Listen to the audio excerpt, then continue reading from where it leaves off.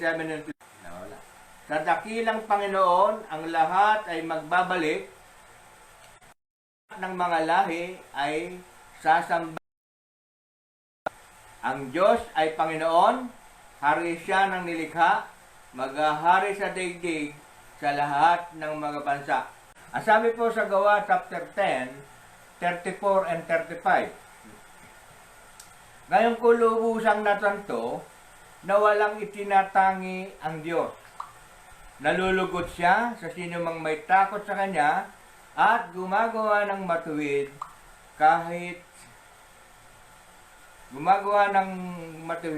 kahit saang bansa. Purihin po ang Panginoon. Ngayon po, babasa po tayo sa aklat ng Gawa. Sa dakilang Panginoon, ang lahat ay magbabalik. Ang mga lahi ay sasambang may pag... Ang Diyos ay Panginoon, hari siya ng nilikha, maghahari sa daigdig sa lahat ng mga bansa. Apat po na story o kwento sa Bible ang ating babasahin. Doon tayo mag-aaral. Ang sabi po sa 16, sa Gawa, chapter 16, 24, umpisa po ng 24, hanggang 34. Ang basahin ko na naman po, sabi po sa ipinasok sila ng bantay sa kaloob-looban ng bilangguan at mga paa. Pinangaw. Nang maghahating gabi na, sina Pablo at Silas ay nananalangin at umaawit ng mga imno at nakikinig naman ang ibang mga bilanggo. Di kaginsa-ginsay, lumindol lang napakalakas. Ano pat nayanig pati ang mga pundasyon ng bilangguan. Pagdakay, nabuksan ang mga pinto at nakalag ang mga talikala ng mga bilanggo. Napabalikwas ang bantay ng bilangguan at nang makitang bukas ang mga pinto, hinugot ang kanyang tabak at tangkang magpakamatay sa akalang nakatakas ang mga bilanggo. Ngunit sumigaw si Pablo, "Huwag mong saktan ang iyong sarili. Narito kaming lahat." Humingi ng ilaw ang bantay, patakong pumasok at nanginginig na nagpatira pa sa harapan nila Pablo at Silas. Nilabas niya ang mga ito at sinabi, "Mga Ginoo, ano po ang dapat kong gawin upang ako'y maligtas?" Sumagot sila, "Sumampalataya ka sa Panginoong Jesus at maliligtas ka, ikaw at ang iyong sambahayan." Tuloy pa po, 32. At ang salita ng Panginoon ay ipinahayag nila sa Kanya at sa lahat ng nasa Kanya. Nang gabi rin yun, ano po yung ating pinag-uusapan dito? Ano po yung na-recall nyo sa kwento? Yung tungkol po sa nung ibinilanggo po sila Pablo at Silas, doon pa po sa kasulok, sa pinakadulo ng bilangguan yun, sabi. Madilim na madilim talaga. Parang, ano tawag doon? Yung sa bilangguan, parang Bartolina. Naka-Bartolina. Yun nga po. At kaya nga, halos gusto ng gwardiya na magpakamatay eh. Dahil sa alam niya, dalahin niya yun. Ba't paano nakawala? Hindi niya na maubos maisip na nakita niya yung pinto ay bukas, ang nakakala niya Pablo at Silas at yung ibang mga bilanggo. Ano po yung nakita natin doon? Number 1, dahil natunghayan ng bantay yung milagro, miracle. Nangyari. Di ba sabi, lumindol ng napakalakas at nabuksan ang pinto. Dahil nakakita siya ng milagro, ay sumagit niya yung kanyang isipan at tinanong sila Pablo. Ano po ang tanong niya kila Pablo? Sabi, ano po ang dapat kong gawin upang ako'y maligtas? Yung po kagad ang sumaksak sa isip niya. Number 1, nakilala niya ang Panginoong Hesukristo. Nakakita mala sa pamamagitan nito at ang kaparaanan ng pagliligtas ay sumakay niya. Una, dapat daw kilalanin na si Hesukristo ang tagapagligtas. Sabi po ng Gawa, chapter 5, verse 30 to 31, ang Diyos ng ating mga ninuno ang muling bumuhay kay Jesus na pinatay ninyo ng inyong ipabitay sa krus. Inakyat siya ng Diyos sa kanyang kanan bilang tagapanguna upang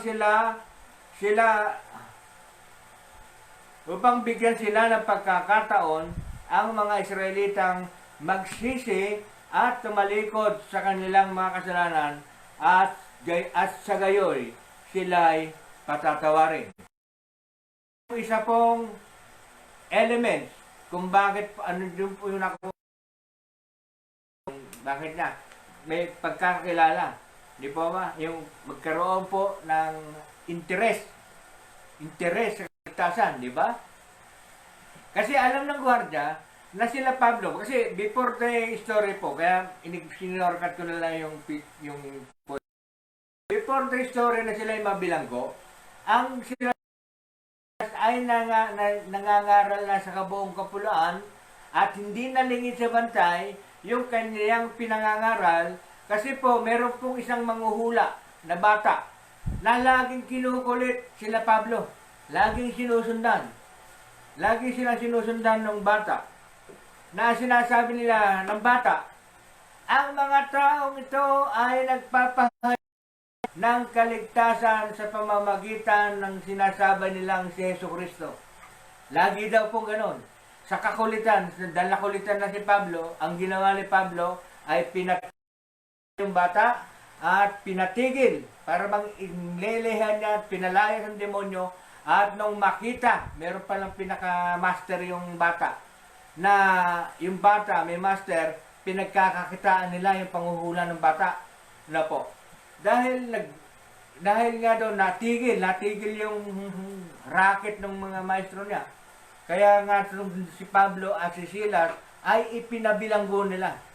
Dahil nga sabi ay pinutol nila yung kanilang paghahanap buhay. At totoo, nabalitaan, kaya nga sabi ko, hindi nalingid sa bantay na alam ni Pablo at ang pagliligtas sa pamamagitan ng ating Panginoong Hesukristo. Kaya nga, nung mangyari na po yung insidente na sila Pablo pinto, ay hindi pa pala nakawala, siguro nabuksan ang pinto at inilabas na ng saka na sinabi, mga Ginoo, ano po ang dapat kong gawin upang ako'y maligtas. Kaya po ni Pablo ay sumampalataya ka sa Diyos, sumampalataya ka sa Panginoong Hesus at maliligtas ka, ikaw at ang iyong sambahayan. Number 2, pagtanggap sa pamamagitan ng pananampalataya. O sabihin, yung bantay ay nagkaroon na ng pananampalataya. At that time, at that moment, merong pagkakataon talaga, meron lang, dito makikita natin, sa pamamagitan ng isang miracle, ay nakapag-convert ng isang bantay. Miracle, na nakitunghayan ng isang bantay, nagkaroon po ng isang pagliligtas ng kaluluwa. Dahil po sa event na yun. Pangalawa, ay nakatanggap, yung pagtanggap ng pananampalataya ng bantay. Kaya nga sabi po sa Romans chapter 1, 16 to 17, hindi ko ikinahihiya ang mabuting balita kay Kristo sapagkat ito ang kapangyarihan ng Diyos sa ikaliligtas ng bawat mananampalataya unay sa bawat nananampalataya, unay sa mga Hudyo at gayon din sa mga Griego. Mga Griego po ay Hintil at yung mga Hintil ay tayo po. Ano po, outside Israel, outside Hudyo, tayo mga Hintil, Griego. 17, ang sabi po. Ito ang ang pagpapawalang sala ng Diyos sa mga tao ay nagsisimula sa pananampalataya at nagiging ganap sa pananamamagitan ng pananampalataya. Ayon sa nasusulat, ang pinawalang sala sa pamamagitan ng pananampalataya ay mabubuhay. Amen? Picture number 1. Dahil nga sa milagro, merong kumilala sa Panginoon.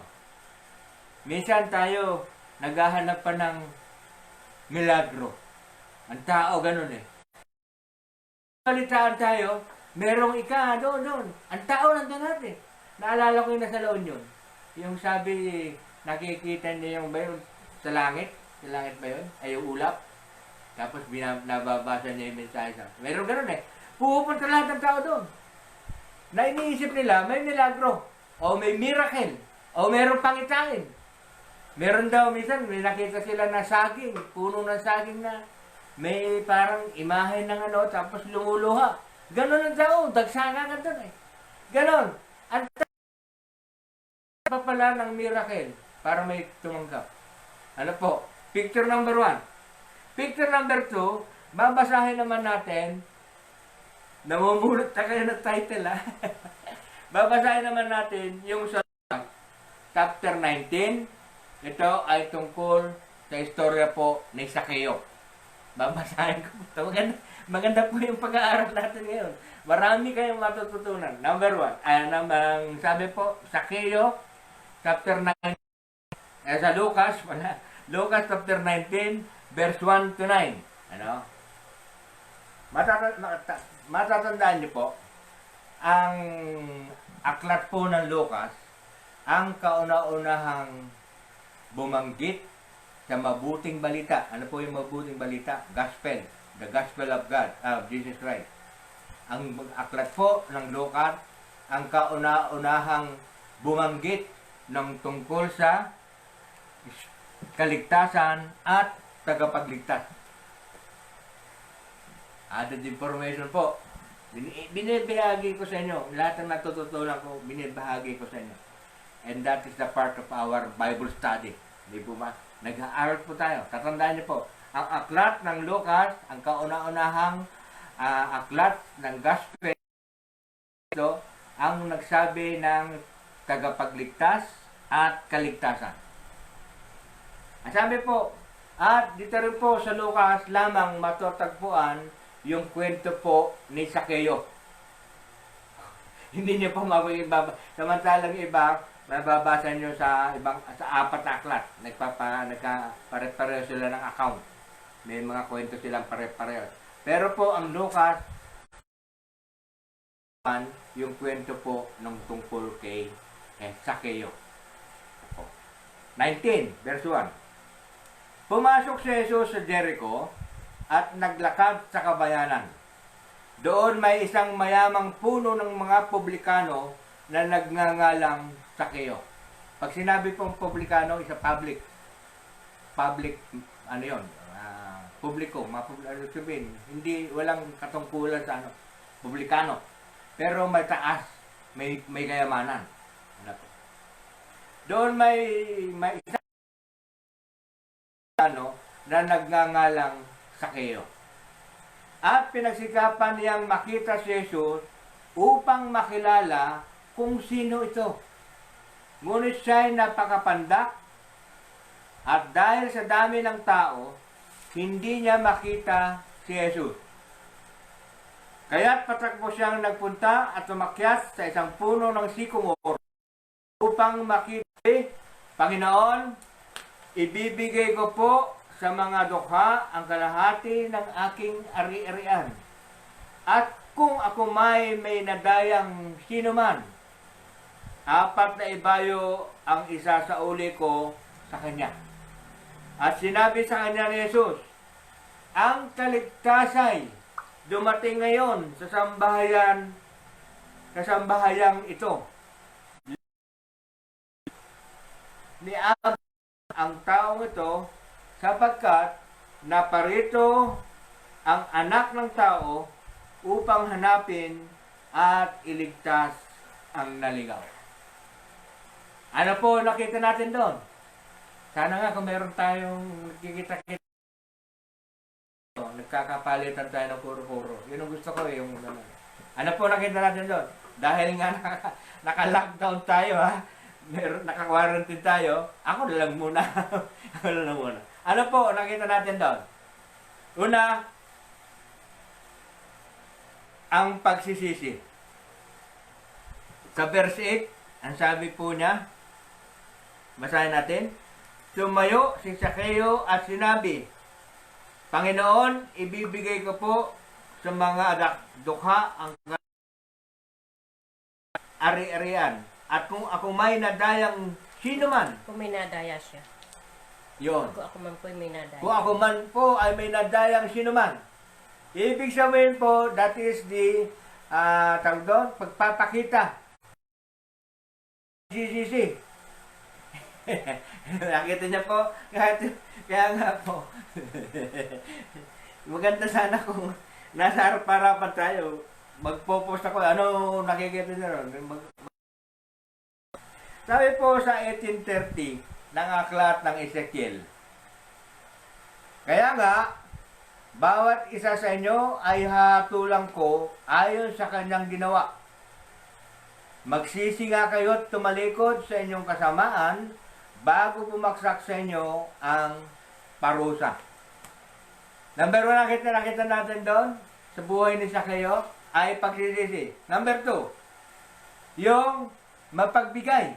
Di ba, sinabi na rin yan sa chapter 8? Kasi huling parte pala yung pagsisisi, yung huling parte ng chapter 8. Sa unang parte ng chapter 8, yung sabi niya, yung handa akong ibigay, sabi,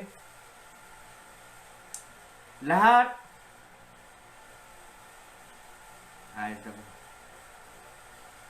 ibibigay ko po ang kalahati ng aking ari-arian.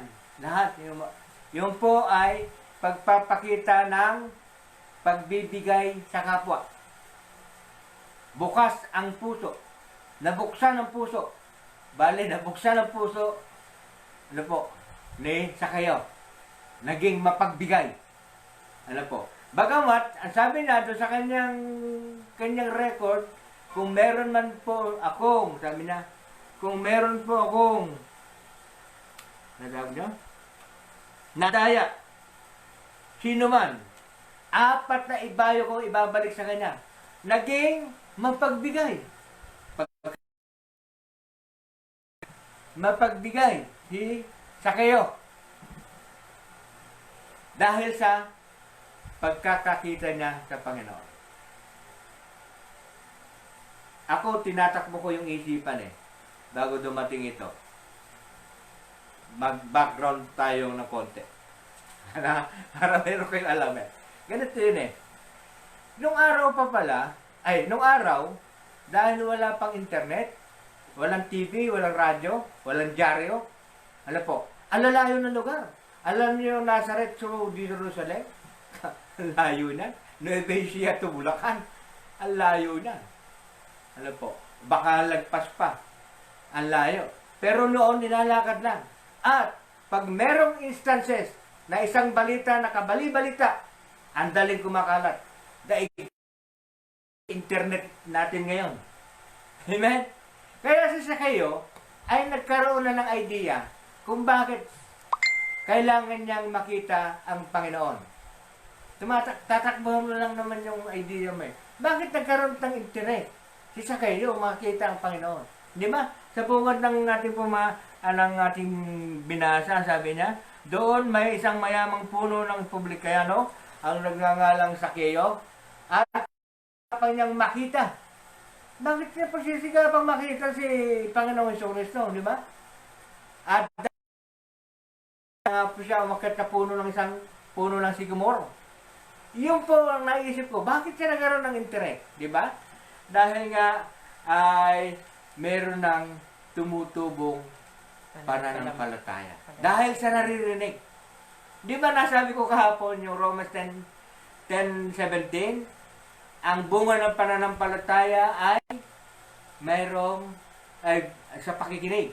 At nakakapakinig lamang kung may nagtuturo. Dahil mayroong napapakinggan sa kayo, ay may tumubo ng pananampalataya sa kanya at nagbunga na rin ng interest. Interest niya makita ang Panginoong Jesucristo. Number 3, paggawa ng paraan. Nakita natin doon, binibigyan ko yun ito, binibigyan ko yun. Ano mga naging katangi na tawag dito, nai-insight sa kanya. Di ba? Nagkaroon siya gumawa siya ng paraanan upang makita at makilala ang Panginoong Jesucristo. Ano ginawa ng paraan?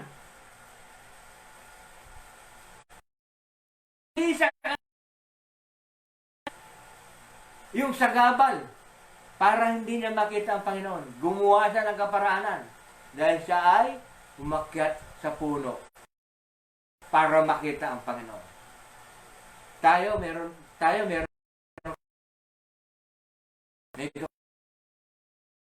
nagugulat ako sa inyo mga milarpis. Hindi kayo nawawalan ng load para makasubaybay kayo sa ating pinag-aaralan. Kasi nga, sabi nga ni Mrs. Yung pala may privilege pala ito eh. Anong privilege nito? Nakadagdag. Hindi ko pinagmamalaki yung akin. Ako, pagpapalain ng Panginoon ito eh. Pagpapalain ako ng Panginoon. Ganon din kayo.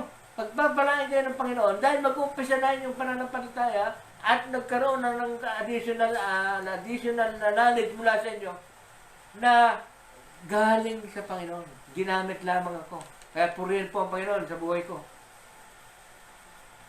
Amen? Paraanan. Paraanan ng lahat. Ano? Dahil sa internet, isang kaparaanan para maabot natin ang lahat. Hindi lamang kayo mga front-rider at ang kapitbahay na si Sister Nita na lagi nakasubaybay. Hindi lamang kayo. Meron pang kaparaanan na sinasabi, yung kaparaanan ng internet nagagamit upang makakilala ang lahat sa Panginoon. Hindi lamang po kayo, pati po inaabot, ibig ko sabihin. Nakarating tayo sa ibang bansa. Meron pang araw pong nakarating po sa ibang bansa. Taga Brazil at tayo. Taga Quebec. Quebec ba? Kaya tayo na non. Pa po, apat yung nakita ko dun eh. Nakita niya ron, na-recognize ang mga anak ng Diyos na naligaw. Verse 9. Ang sabi po, ang sinabi sa kanya ni Jesus, ang kaligtasan ay dumating ngayon sa sambahayang ito, lipirin ni Abraham ang taong ito. Sapagkat naparito ang anak ng tao upang hanapin at igligtas ang naligaw. Mga anak ng Diyos din yung naligaw. Why? Diba? Nasa lihi, sabi nga, tayo anak ng Diyos. Pero, ito ang tanong, ito ang sagot. Bakit nyo naligaw? Bakit kayo naligaw? Ito po, natatawa lang ako hindi po ako natatawa sa inyo. Natatawa ako sa tsura ko. Nakikita talagang hanggang ngayon eh. Bungal pa rin.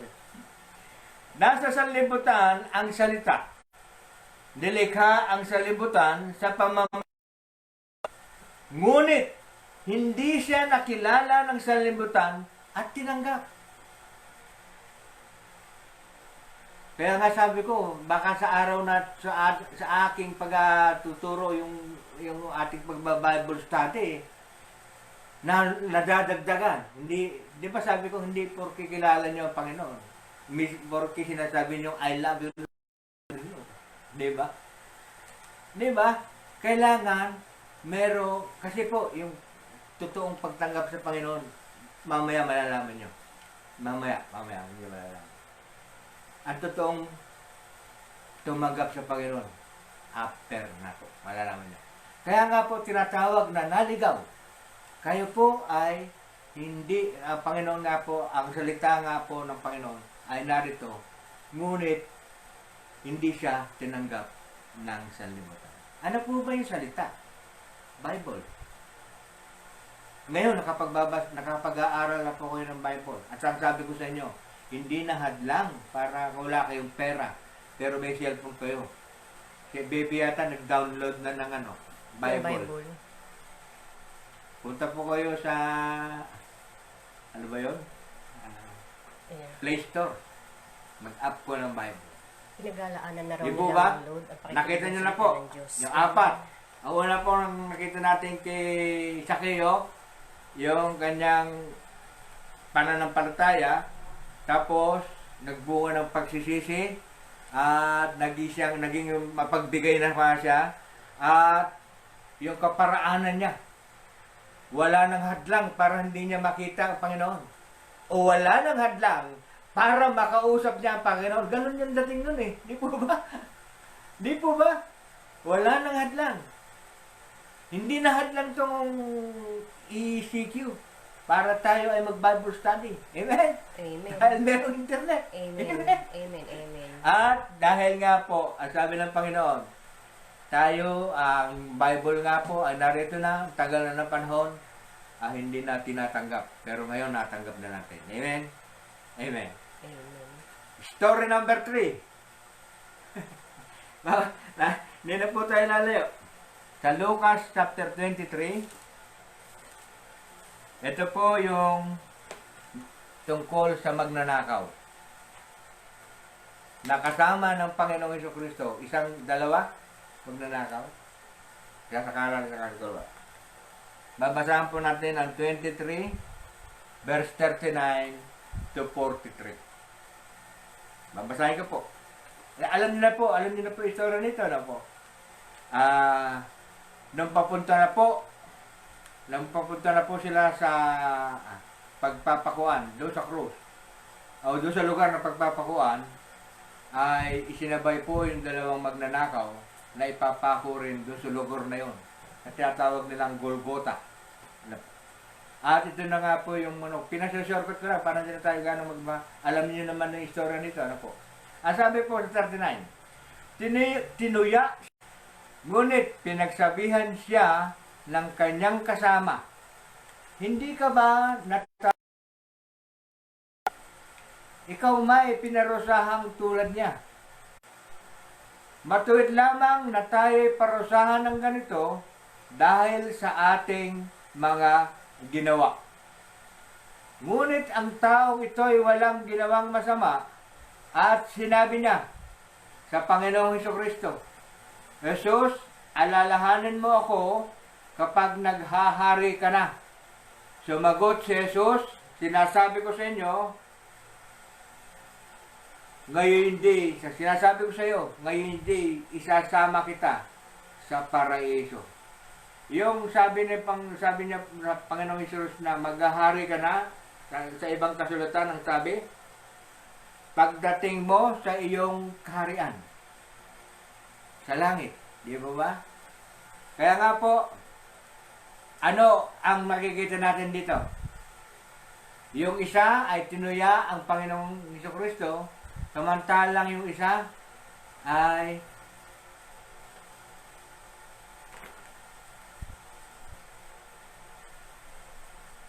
nagbalik loob. Tama? Dahil siya yung nagbalik loob, kinilala niya ang Panginoong Jesucristo. Sabi po sa verse 41, matuwid lamang na tayo'y parusahan ng ganito dahil sa ating ginawa. Ngunit ang tao ito'y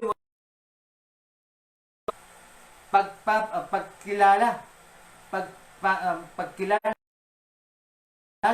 sa ating Panginoon na siya ang Jesus, ang Mesiyas. Number 2, Ay, nabanggit ko. Yung pagbabalik loob sa pamamagitan ng pananalig. 42. Ang sabi po, at sinabi niya, Jesus, alalahanin mo ako kapag maghahari ka na. O naghahari ka na. Number 3, pagkaalam ng buhay na walang hanggan.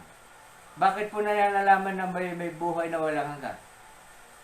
On the way, babalik tayo sa 33, hindi ko nabasa, babalikan natin yung 35 ng aklat din pong ito. Verse 35, ang sabi, ang mga tao ay nakatayo roon at nanonood.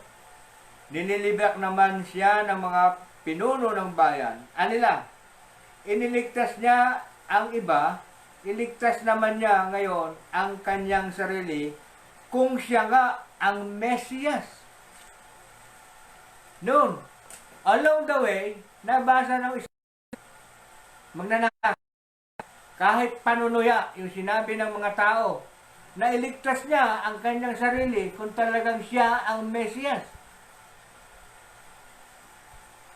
Meron pong pangyayari. Minsan, binabaliwala natin yung aral na naririnig natin sa iba. Parang nagiging close-minded tayo. Ang sabi natin, dito na ako lumaki, dito na ako, Ito na yung pananampalataya ko, dito na ako ito na, nakagisnang ko, dito na ako. Yung bang close-minded. Hindi pa naman sila nakakaunawa ng tamang aral, ng tunay na aral na nanggagaling sa Bible. Minsan meron maririnig tayo sa mga kalsada, sa bus, sa jeep, may sumasampa na ganyan. Nangangaral ang salita ng Diyos. Ano po? Pero, binabaliwala nyo ba yung naririnig nyo? O, pinakinggan nyo, pinapasok nyo sa inyong isipan kung ano yung naririnig nyo. Baka naman kaya ayaw nyo pakinggan dahil ang katwiran ninyo, meron na kayong paniniwala. Alam niyo po, sabi ni Mrs. na isang gabi, lumalabas doon sa ano yun yung mga, pag pumindot ka ng isang, mas marami nang lalabas na mga tawag doon, laano na rin. Meron, nanonood ka ng isang palabas, ang tawag doon, may kasunod na yun Di po? Minsan sabi ni Sister Rory sa akin, ano ba pinapanood mo? Nanonood ako, pinapanood ko si Brother Eli Soriano. Minsan naman, may sumunod, napapanood si mga ibang evangelist. Marami. Nanonood ako. Why? Bakit po? Napaka-importante. Po, may maririnig naman tayo nang galing sa Bible. Nagiging mapanghusga tayo. Nagiging close tayo. Sabi ng tao, nanggaling sa Bible Katulad ko ngayon, nagbabasa ako ng Bible, yung pagkatao ko, yung titingnan niyo yung appearance ko, masisira kayo, ayaw niyo ng pakinggan. Hindi na importante yan. Hindi po ganon. Ang ibig po sabihin dito, itong magnanakaw, along the way, narinig niya, kahit na panunuya, yung sinabi ng mga tao, na kung ikaw ay talagang Mesiyas, iligtas mo sa sarili. Totoo po yung sinabi ng mga narinig ng isang magnanakaw. Kaya along the way, nung siya ay nakapako, ano sabi niya? Panginoon, tanggapin mo ako sa iyong, tanggapin mo ako. Isama mo ako sa paraiso. Ano po ba? Sabi? Panginoon, sabi, isama mo ako sa paraiso. Nawala yung libro. Diba? Alalahanin mo ako kapag naghari ka na. Iyon po ay isang pagtanggap sa Panginoon. Pagkakaalam ng buhay na walang hanggan. Na walang hanggan, sabi Pagkakaalam ng buhay na walang hanggan. Dahil nga po sa kanyang narinig. So, ano po ang sagot? ng Panginoon, ngayon din, kakasamahin kita sa paraíso. Number 3 po yun. Kisa kayo, sinabi niya rin. Di po ba? Sinabi niya rin kisa kayo. Ang sabi, ang kaligtasay dumating ngayon sa sambahayang ito. Kumbaga, ang sabihin nito, ang kaligtasan ay dumating kisa kayo at sa kanyang sambahayan. Sa aklat ng gawa, na nabasa natin kanina, sa aklat ng gawa, magsisi ka at talikuran. Sabi po, ano po yung sabi sa aklat ng gawa kanina? Sa 16. Magkakaroon na po kayo ng idea na po. Ano po sabi? Sumampalataya ka sa Panginoong Hesus at maliligtas ka, ikaw ay... Marami po ba kayo napupulot? Natatawa ako, no? Pag natatawa ako ng konti, lalo lumalaki yung pagtawa ko kasi nakikita ko yung bungal ko ngayon. Sabi po, umpisa natin. Ay, Sakeo. Ezekiel. Sakeo ng Sakeo. Ezekiel, ano po? Sabi po sa Ezekiel chapter 18, hanggang 1 to 20. Mahabang basahin to. Kasi ang dami paliwanag eh. Pero andito na. Matutunghayan nyo na. Kung ano ang diwa ng babasahin natin. Ha? Ano po? Sinabi sa akin ni Yahweh, ano ba ang ibig ninyong sabihin sa kasabihan ninyong ang ama ang kumakain ng maasim na ubas, ngunit ang anak ang nangingilo? Buhay ako, sabi ni Yahweh, hindi ninyo magagamit ngayon ang kasabihang ito sa Israel.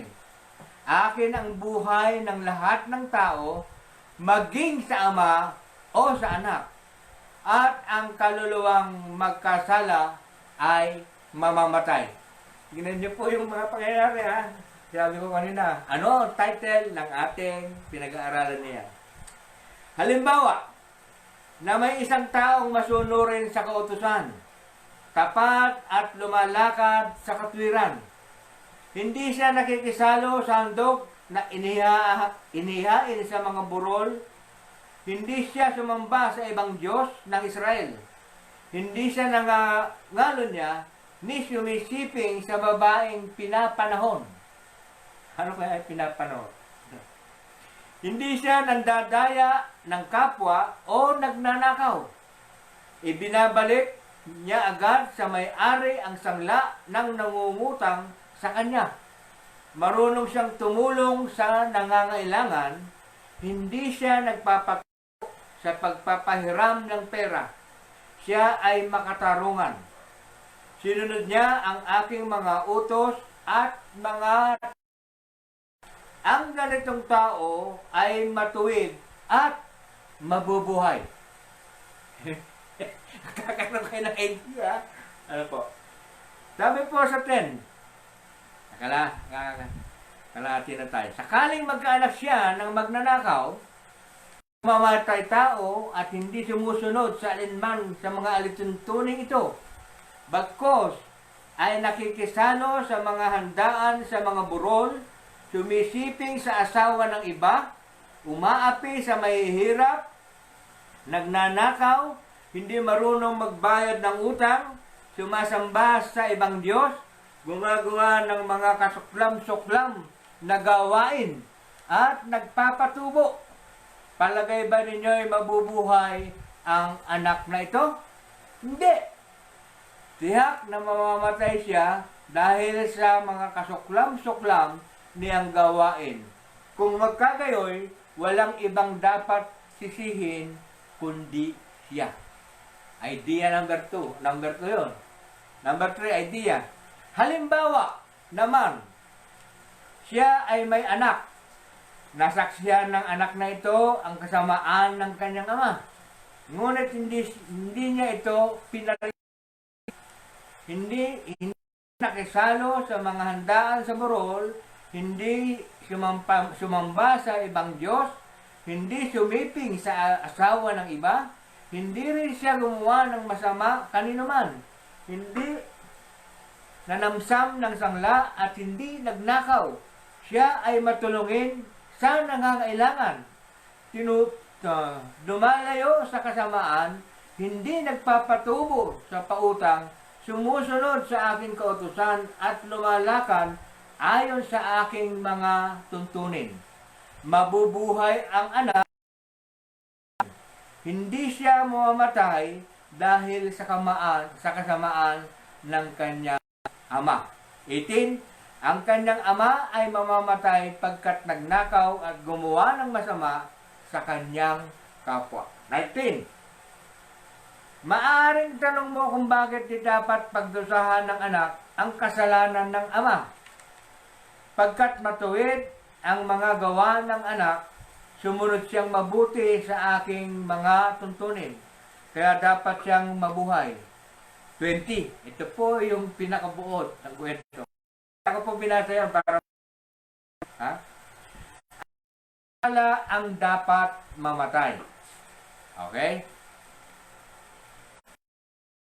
Ang anak ay di dapat magdusa dahil sa kasalanan ng ama.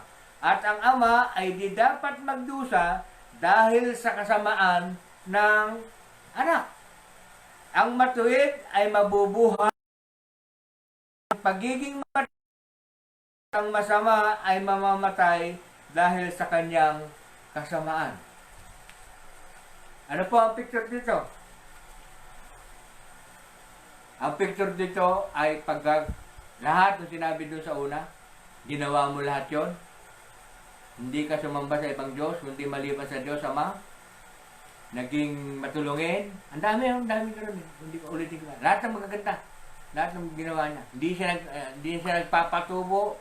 Ano po? Sa utang. Ano? Hindi siya nangangalo niya. Hindi sumisiping sa mga babaeng pinapanahon. Hindi siya nandadaya sa kapwa.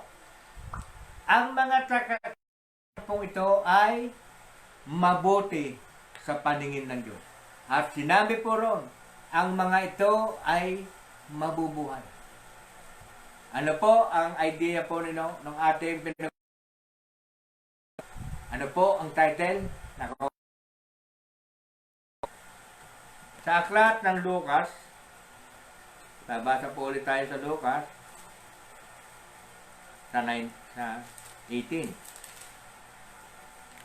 Sabi po, may isa po kwento po ron yung tungkol sa isang lalaking mayaman. Basahin ko po. Isang lalaking may tungkulin sa bayan ang nagtanong kay Jesus, "Mabuting guro, ano po ang dapat kong gawin upang magkamit ng buhay na walang hanggan?" Sumagot si Jesus, "Bakit mo ako tinatawag na mabuti? Walang mabuti kundi ang Diyos. Alam mo na ang mga utos. Huwag kang mangangalunya, huwag kang papatay, huwag kang magnanakaw, huwag kang magsisinungaling sa iyong pagsaksi, igalang mo ang iyong ama't ina, at igalang mo ang iyong ama't ina." At sumagot po yung mayaman na lalaki, "Ang lahat pong iyan, tinupad ko na mula pa sa pagkabata." Nang marinig ito ni Jesus, sinabi niya, "Isang bagay pa ang kulang sa iyo. Ipagbili mo ang lahat ng iyong ari-arian at ipamahagi sa mga dukha ang pinagbilhan at magkakaroon ka ng kayamanan sa langit. Pagkatapos, bumalik ka at sumunod sa akin." Ngunit nalungkot ang lalaki sapagkat siya'y napakayaman. Contrary po doon sa basa natin sa Ezekiel, ano po, sumunod po siya sa mga batas, pero hindi po siya, nalungkot po siya doon sa advice, yung gusto ng Panginoon. Hindi po literal. Hindi po literal ito na ibenta mo ang iyong ari-arian at ano. Ano po ang ibig sabihin nun? Yung maging mabuti sa kapwa at sumunod sa Panginoon. Hindi po na ako ng ano yun, mayaman. Sinabi niya, ibenta mo ang iyong ari-arian at ibigay sa mga dukha. Ipamahagi. Ipamahagi sa mga dukha. Hindi po literal. Ang ibig yun. Di ba, ang sabi nga po, doon sa utos na ginawa na lamang dalawa. Una, mahalin mo ang Diyos ng iyong buong puso, buong isip, buong lakas, at buong kaluluwa. Number 2, ibigin mo ang kapwa. Gaya ng pag-ibig mo sa iyong sarili. Kaya nga nalungkot nalungkot yung ano eh. Kasi ginawa niya, Napakayaman siya. niliteral niya yung salita ng Panginoon. Niliteral niya. Ang gusto lang po ng Panginoon doon, magkaroon po, mahalin mo ang iyong kapwa. At sumunod sa Panginoong Jesucristo. Kayo po ay makisunod sa aking panalangin para po ang pagpapala ay ating matanggap. Tayo po ay manalangin. Praise God. Hallelujah. Hallelujah. Panginoon. Hallelujah. Hallelujah. Praise you, Jesus. Hallelujah. Glory to God. Hallelujah. Hallelujah. Muli, Panginoon, dakila at banal. Kami nga po, Panginoon, ay lumuluhod sa iyong harapan. Nagsusumamo, nagpapasalamat sa iyong mensahe kung paano mo kami pinalalago sa aming pananampalataya. Yes. Kung paano mo, Panginoon, pinapaabot sa amin ang karagdagang kaalaman tungkol nga po sa pakikitungo, pagtanggap, at pagkakaroon ng buhay na walang hanggan sa pamamagitan ng aming Panginoong Jesucristo. Salamat po, Panginoon, sa oras pong ito.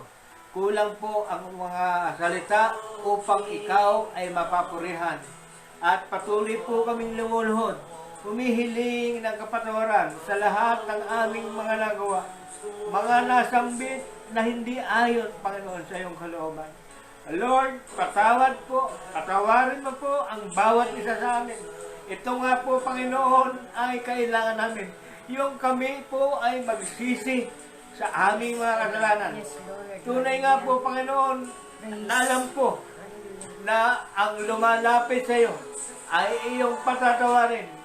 Handang ka upang patawarin at kupkupin ang lahat na nagbabalik loob sa iyo, Panginoon. Napakadakil mo, Panginoon. Kaya ngayon pala, Panginoon, nagpapasalamat sa iyong kapatawaran, sa iyong pagkalinga sa amin, sa iyong muling pagtanggap sa amin, at sa hapong ito, Panginoon, hayaan mo, Panginoon, na itaas kong muli, Panginoon, ang lahat ng nabasa ko sa papel na ito, Panginoon. Naabutin mo nga po ang bawat pamilya, mula po sa magulang, sa ina, sa anak, sa apo, hanggang sa dulo po ng angkan ng bawat pamilyang binasa ko po kanina. Abutin mo po sila, Panginoon. Dalangin ko ang kagalingan ko. Meron pang karamdaman ang bawat isa. Ganon din po, dalangin ko ang kalakasan ng bawat isa. Dalangin ko rin po, Panginoon, ang spiritual growth, Panginoon, ang bawat isa, Diyos. Watatagan, kalakasan ang bawat isa, Panginoon. Dalangin ko po, Panginoon, nakagalingan mula po, nagmumula sa iyo, sapagkat ikaw ang dakilang Diyos na manggagawa. Sa iyong biyaya, sa mga taong nagbibigay ng inspirasyon upang ang gawain ito, Panginoon. Bagamat kami nahuli na sa pag-uumpisa na, meron pa kaming siyam na upang ang pag-aaral namin ay makumpleto. Salamat nga po, Panginoon, sa oportunidad ng quarantine, sapagkat tunay nga po, Panginoon, nagamit mo ang bawat isa, lalong-lalo na, Panginoon, ang iyong lingkod, sapagkat sa pagsama mo sa akin, binibigyan mo ako ng kaisipan, ng diwa mo, at ng kaalaman mo na ipahayag ko, Panginoon, sa makakarinig. At nagbunga nga po, Panginoon, ng kaligtasan sa bawat isang nakakarinig. Lord, salamat po sa pamilyang ito. Isa na ilisulat aklat ng buhay, sa iyong aklat ng kaligtasan ng lahat ng pamilyang narito. Bigyan mo na nga po sila ng kapahingahan. Bigyan mo po sila ng kaligtasan sa oras na ito.